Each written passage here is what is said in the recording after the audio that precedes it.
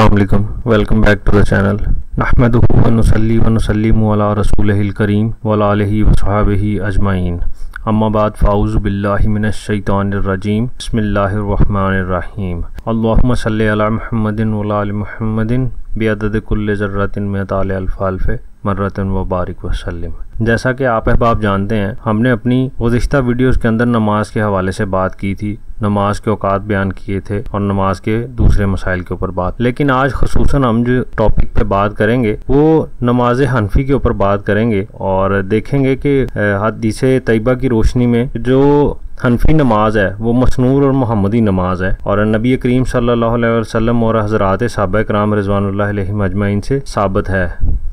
और हम इस चीज़ के ऊपर पूरी तरह जो है वो गिरफ्त करेंगे और इस वीडियो के अंदर आपको इंशाल्लाह जो नमाज हनफी है, जो अहले सुन्नत व जमात के नज़दीक नमाज पढ़ी जाती है, वही जो है वो असल जो नमाज है नमाज मोहम्मदी है और जो मसनून तरीके के मुताबिक पढ़ी जाती है वो है। और इसके लिए हम जो हदीस पेश करेंगे उसका हवाला जात भी आपको साथ देंगे ताकि जो भी सुने वो इस आवाम में न रहे कि शायद हमने अपने पास से कोई ऐसी हदीस गढ़ ली है तौबा नऊज़ुबिल्लाह या कोई सुनी सुनाई बात के ऊपर बात कर रहे हैं, तो ऐसा नहीं होगा। इसके ऊपर पूरी जो है ऑथेंटिकेशन के साथ जो है वो बात की जाएगी इंशाल्लाह। तो चलते हैं अपने टॉपिक की तरफ जो कि नमाज हनफी से रिलेटेड है और देखते हैं कि इसमें आज क्या क्या हमारे डिस्कस करने को मिलता है। हम अपनी बात को शुरू करने से पहले कुछ एक बातें हैं जिनका वाज़ह करना बड़ा ज़रूरी है कि एक तो ये है कि अल्लाह ताला ने जो दीन हमें दिया है वो क़यामत तक आने वाली तमाम नस्लों के लिए एक मुकम्मल दस्तूर और एक मुकम्मल ज़ाब्ता हयात है जिसमें इंसान अपनी ज़िंदगी गुजार सकता है। और क़यामत तक जो है इस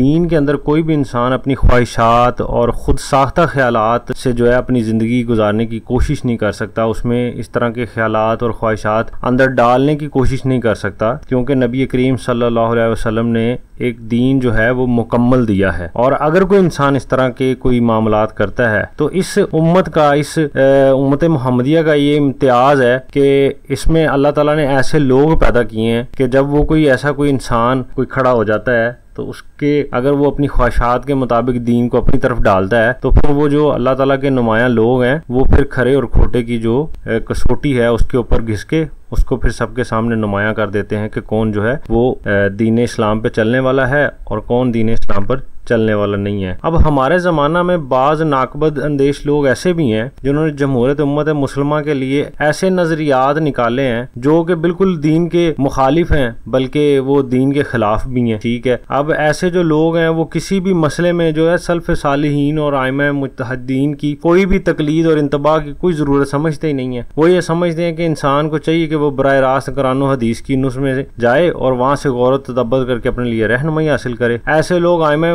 मुज्तहिदीन को भी किसी खातर में नहीं लाते हैं, ठीक है, उनसे रहनुमाई भी हासिल नहीं करते हैं। और ऐसे लोग तो जो है इनसे तो सहाबा किराम रिज़वानुल्लाहि अलैहिम अजमईन से भी जो है इनका जो आप कह लें कि मामलात हैं ये उसके ऊपर भी इनहराफ करने से ये बाज नहीं आते, उसके ऊपर भी ये बातें और ताने बनाने पे बाज नहीं आते हैं। तो जैसे कि सहाबा किराम का इजमाई और इत्तफाकी मसाइल को भी ये कहकर रद्द कर देते हैं कि ये नबी करीम सल्लल्लाहु अलैहि वसल्लम के किसी अमल और आप सल्लल्लाहु अलैहि वसल्लम की किसी हदीस से साबित नहीं है। ये इस तरह के मामलात भी करते हैं, ऐसे ऐसे लोग जो हैं वो पाए जाते हैं। अब इसमें मैं आपके सामने एक दो चीजें रखता हूँ, उसके बाद हम जो है अपने टॉपिक की तरफ चलेंगे कि 3 तलाक का मसला जो हजरात सहाबा किराम का मुतफिका और इजमाई मसला है और जिस पर हजरत उमर फारूक रज़ी अल्लाह तआला अन्हु के मुबारक अहद में जमहूर सहाबा किराम का इजमा और इत्तफाक हो गया था। इसी तरह 20 रकात तरावी का मसला है, ठीक है, जिस पर जमहूर सहाबा किराम ताबईन और तबा ताबईन और तमाम सल्फ़ सालिहीन जो हैं वो मुतफिका हैं और इसी वजह से आइमा मुज्तहिदीन का भी इसमें कोई इख्तलाफ नहीं। लेकिन इस मखसूस तबके के लोग जो हैं वो उस इजमा और इत्तफाक को मानने के लिए भी तैयार नहीं है। अपने खुद साख्ता नजरिए के मुताबिक कि जी एक मजलिस के अंदर 3 तलाक के एक होने और तरावी की रकात 8 रकत होने को दीन की हैसियत से जानते हैं। ये देखें, ये इस तरह के मामलात हैं ये। और फिर ये यहीं तक खत्म नहीं होता, ये इन नजरियात के ऊपर अमल कराने के लिए बड़े सरगर्म रहते हैं और जाके तो मुख्तलिफ लोगों को जिनको कुछ दीन का इतना खास इल्म नहीं होता उनके ऊपर अपनी जाके बातें मुसल्लत करते हैं। इनके नजदीक तो हर वो शख्स जो अपने दीनी अमूर में किसी मसलक और किसी इमाम की इंतबा करे वो गुमराह और राह हक से भटका हुआ है, ठीक है। और चुनाचा ये भी बात करते हैं कि फिक़ह हनफी के मुताबिक नमाज पढ़ने वाला नाउज़ुबिल्लाह जो है मोहम्मदी नमाज से दूर है और अपनी राय और क्यास के मुताबिक अमल कर रहा है। और इनमें जो गाली और मुतशिद किस्म के लोग हैं वो तो फिक़ह हनफी के मुताबिक नमाज पढ़ने वालों की नमाज को नमाज ही नहीं समझने के लिए तैयार। तो इंशाल्लाह आपको बताएंगे इसी वीडियो के अंदर कि कौन कौन सी अहादीस हैं और कौन कौन से सहाबा किराम के कौल हैं, और इंशाल्लाह इसके ऊपर बात करेंगे और देखेंगे कि इंशाल्लाह हम जो है आज नमाज मोहम्मदी जो है फिक़ह हनफी के मुताबिक जो मसनून तरीके के साथ नमाज पढ़ी जाती है उसके ऊपर बात करेंगे। तो ये एक दो चीजें थी जो आपके सामने लाना बड़ी जरूरी थी, और इंशाल्लाह चलते हैं अपने टॉपिक की तरफ और नमाज की तरफ और देखते हैं कि नमाज के लिए जो फिक़ह हनफी के मुताबिक है और यही जो है वो सही नमाज है, और इंशाल्लाह कोशिश करते हैं कि आज इसको कवर करें। सबसे पहले जब नमाज शुरू की जाती है तो किबला रुख होकर तकबीर तहरीमा कही जाती है। तो इब्ने माजा के अंदर हदीस नंबर 803 है। हजरत अबू हमीद रजी अल्लाह ताला अन्हु फरमाते हैं कि नबी करीम सल्लल्लाहु अलैहि वसल्लम जब नमाज के लिए खड़े होते तो किबला रुख होकर हाथों को उठाते और अल्लाह अकबर कहते। ये हो गया किबला की तरफ मुंह करके तकबीर तहरीमा कहने का तरीका। अब हाथ कहाँ तक उठाते, हाथ उठाए जाने का जो मामला है उसमें आपको बताते हैं कि अब कुछ लोग हैं उनका हाथ उठाने का तरीका कार क्या है कि वो हाथ उठाते हैं और बमुश्किल जो है वो उनके कंधों तक जाते हैं और वो अपने हाथ जो है वो बांध लेते हैं। ऐसा नहीं है। नसाई में हदीस नंबर 882 है। हजरत अब्दुल जब्बार बिन वईल रजी अल्लाह ताला अन्हु अपने वालिद से नकल करते हैं कि इन्होंने नबी करीम सल्लल्लाहु अलैहि वसल्लम को देखा कि जब आप नमाज शुरू फरमाते तो अपने कानों तक इतना उठाते कि आपके दोनों अंगूठे आपके दोनों कानों की लो के बराबर हो जाते। इसमें आप इस हदीस से अब आप इस चीज का अंदाजा लगाएं कि हाथ जो है वो मतलब नबी करीम सल्लल्लाहु अलैहि वसल्लम कितना उठाते होंगे कि आपके कानों के जो अंगूठे हैं, आपके जो हाथों के अंगूठे हैं वो आपके कानों की लो से जा मस करते हैं। तो ये असल तरीका है हाथ उठा के तकबीर तहरीमा कहने का। अब आगे देखते हैं कि हाथों को कैसे उठाया जाए, हाथों की क्या पोजीशन होनी चाहिए, किस तरह से हाथों को उठाना चाहिए। तो तिबरानी ओस में जो है हदीस नंबर है 7801 हजरत इब्ने उमर रजी अल्लाह ताला अन्हु से मरवी है कि नबी करीम सल्लल्लाहु अलैहि वसल्लम ने इरशाद फरमाया जब तुम में से कोई तकबीर कहे तो उसे चाहिए कि अपने दोनों हाथों को उठाए और इनका अंदरूनी हिस्सा यानी हथेलियों का जो रुख होता है वो किबला की तरफ रुख करे। मतलब इस तरह बिल्कुल सीधी होनी चाहिए, आपका हाथ बिल्कुल ऐसे स्ट्रेट होना चाहिए। वो है आप अपना जो है अल्लाह अकबर कहने के लिए, आप तकबीर तहरीमा कहने के लिए अपने हाथों को कानों की लो तक उठाएं और आपकी जो हथेलियां हैं वो बिल्कुल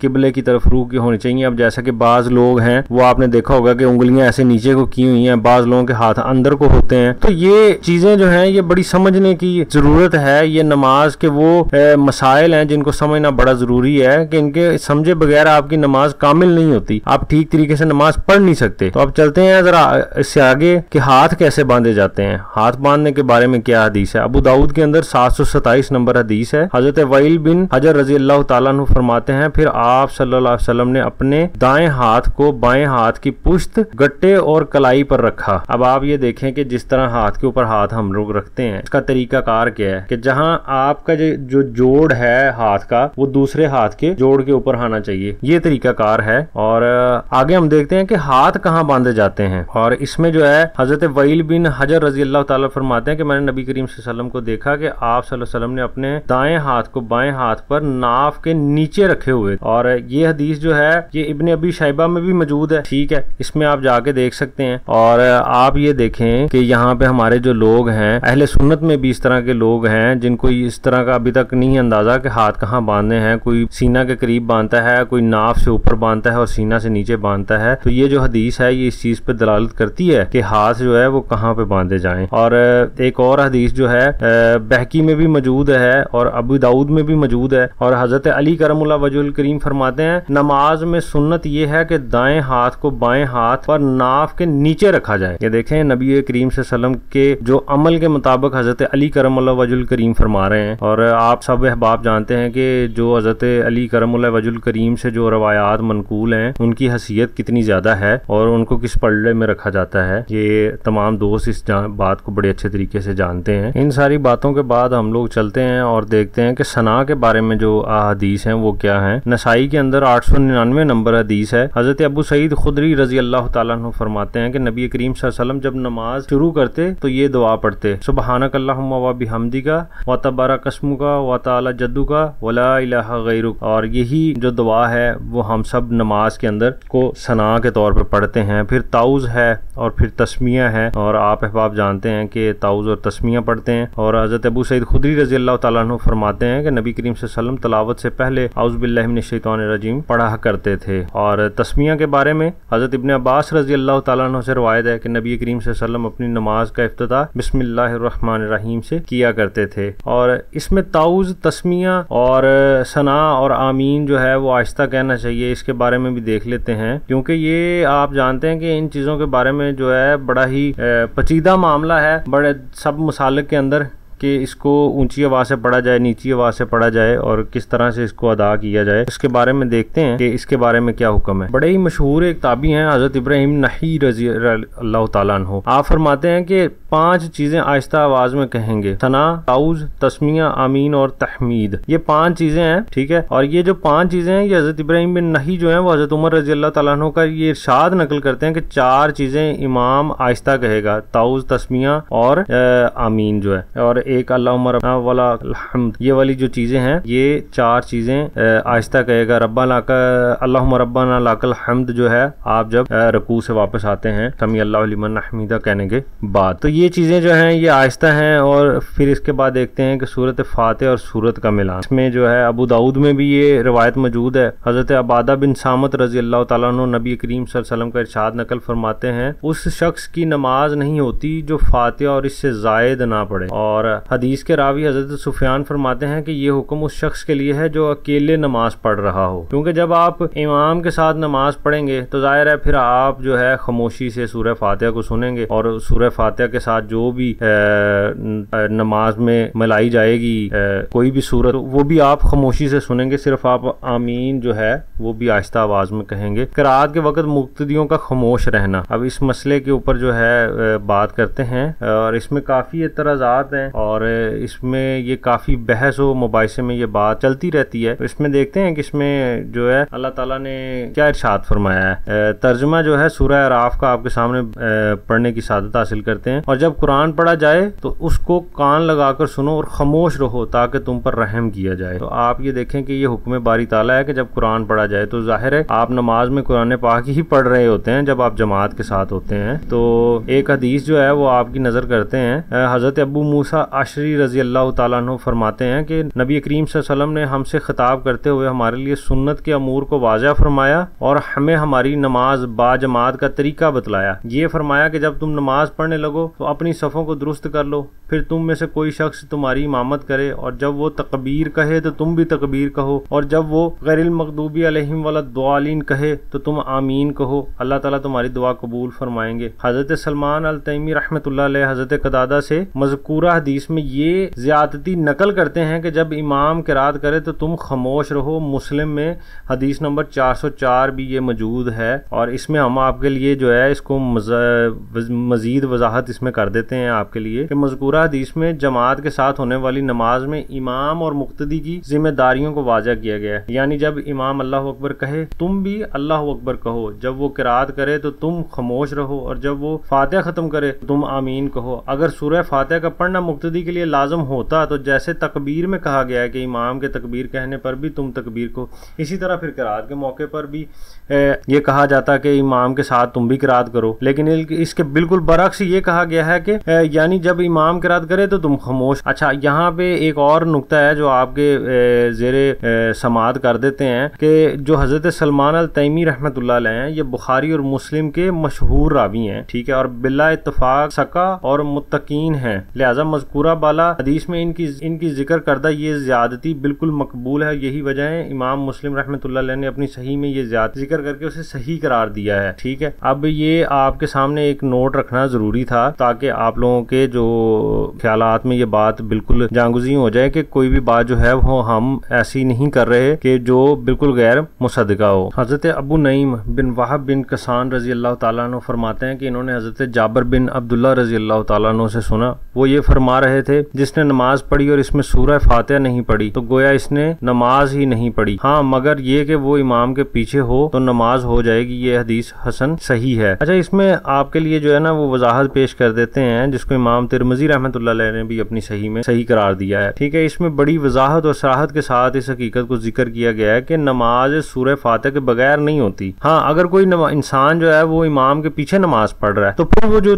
चीज है वो बदल जाएगी, क्योंकि आप इमाम के पीछे नमाज पढ़ रहे हैं और इमाम जो है वो सूरह फातिहा की किरात करता है तो वो मुक्तदी की भी किरात हो जाती है। ठीक है, और जो है वो उसको सूरत फातिहा पढ़ने की जरूरत नहीं है। हालांकि हुक्मी तौर पर यह है कि वो सूरह फातिहा पढ़े, लेकिन क्योंकि वो इमाम के पीछे है तो अब वो इस हुक्म में शामिल हो गया कि इमाम की किरात ही मुक्तदी की किरात है, तो उसकी भी जो नमाज है वो सही होगी, वो भी अदा हो जाएगी। ठीक है, हजरत अबू हुरैरा रज़ी अल्लाह तआला अन्हु से मरवी है कि नबी करीम सल्लल्लाहु अलैहि वसल्लम ने इरशाद फरमाया, इमाम को इसलिए मुकर्रर किया गया है ताकि इसकी इक्तदा की जाए, पर जब वो तकबीर कहे तो तुम भी तकबीर कहो और जब वो तलावत करे तो तुम खामोश रहो। अब इब्ने माजा के अंदर भी ये रवायत मौजूद है, हदीस नंबर उसका 846 है, आप वहाँ पे भी मुलाहिजा फरमा सकते हैं। असल में आपको साथ साथ इसके नंबर बताना इसलिए जरूरी है कि कोई भी इंसान ये ना समझे कि कोई बात जो है वो किसी गैर मुसद्दका किताब से की जा रही है। तो एक और जो दारकतनी में हदीस मौजूद है कि हजरत इब्ने उमर रजी अल्लाह ताला नबी करीम सल्लल्लाहु अलैहि वसल्लम ने इरशाद फरमाया, जो इमाम के पीछे नमाज पढ़े तो बस इमाम की किरात ही उसकी किरात है। ठीक है, और मौता इमाम मालिक के अंदर हदीस नंबर है 251, हजरत इब्ने उमर रजी अल्लाह ताला अन्हु जो है वो जब इमाम के पीछे किरात करने के बारे में उनसे पूछा जाता है तो आप फरमाते हैं, जब तुम में से कोई शख्स इमाम के पीछे नमाज पढ़े तो इसके लिए इमाम की किरात ही काफी है, जब अकेले नमाज पढ़े तो उसे किरात करनी चाहिए। हजरत नाफिया रहमतुल्लाह अलैह फरमाते हैं कि हजरत अब्दुल्लाह बिन उमर रजी अल्लाह ताला इमाम के पीछे किरात नहीं किया करते थे, और आप जानते हैं कि मौता इमाम मालिक के अंदर हजरत नाफिया जो है वो हजरत अब्दुल्लाह बिन उमर से रवायत करते हैं और अब्दुल्लाह बिन उमर जो है वो अपने वालिद हजरत उमर रजी अल्लाह ताला अन्हु से रवायत करते हैं और हजरत उमर जो है वो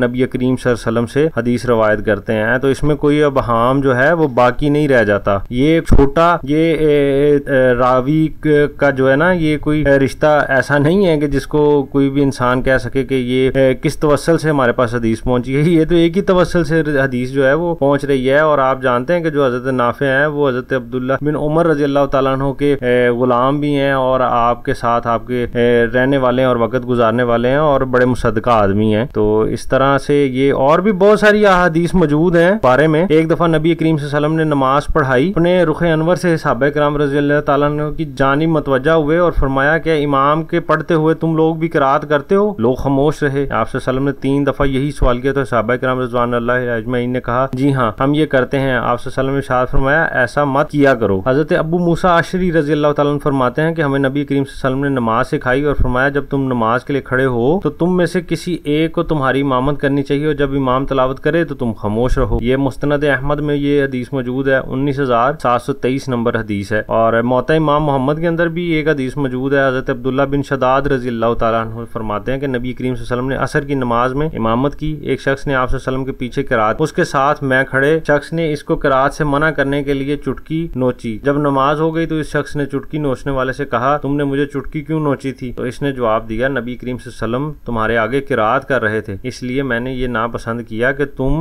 हुजूर नबी करीम सल्लल्लाहु अलैहि वसल्लम के पीछे किरात करो। नबी करीम सल्लल्लाहु अलैहि वसल्लम ने गुफ्तगू सुनी तो फरमाया, जिस शख्स का इमाम हो तो उस इमाम की किरात ही मुक्तदी की किरात है। तो इसमें देखें कि ये कितनी ज्यादा मैंने अहादीस जो हैं वो आप लोगों के पेश नजर की हैं और हम ये चीज को बड़ा एहसन मानते हैं कि ये जो अहादीस और ये जो कलाम हम तक पहुंचा है ये बड़ा ही मुश्किल से ये हम तक पहुंचा है और लोगों ने बड़ा ही दीन के ऊपर काम किया है और मुश्किलात को अपने आगे रख के जो है वो यहाँ तक पहुंचे हैं। तो नमाज के जो और भी दूसरे मसाइल हैं इसको इंशाल्लाह हम जो है अगली वीडियो में बयान करेंगे। आज के लिए इतना ही और मुझे इजाजत दीजिए। अल्लाह हाफिज।